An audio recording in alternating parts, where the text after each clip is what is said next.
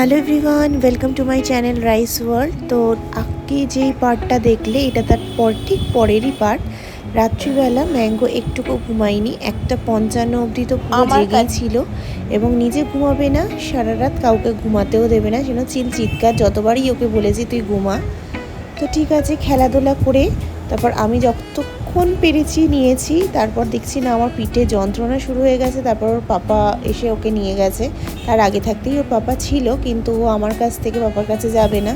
কিন্তু লাস্টে দেখছে যে না, মা আর পাচ্ছে না, সেটা বুঝেছে, সেই জন্য পাপার কাছে গেছে। এই দেখো, পাপার সাথে আস্তে আস্তে পুরো রাতটা ও এনজয় করতে করতে গেছে।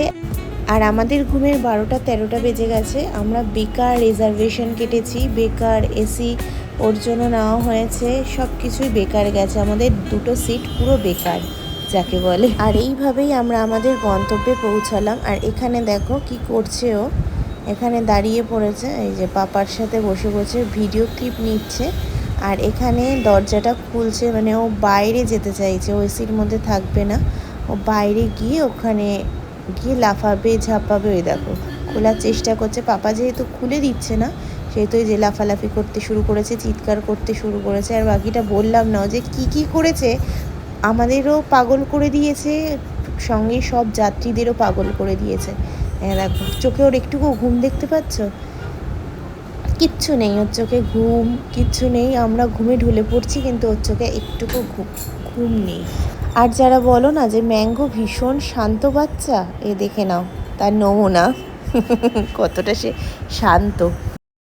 আর সারা রাতে ওর বাবাইয়ের নাইট টু মর্নিং ওয়াক হয়ে গেছে। এখান থেকে একবার সোজা ওদিকে চলে যাচ্ছে, ওদিক থেকে এদিকে চলে আসছে, পাপাকে নিয়ে এই করে বেড়াচ্ছে ও।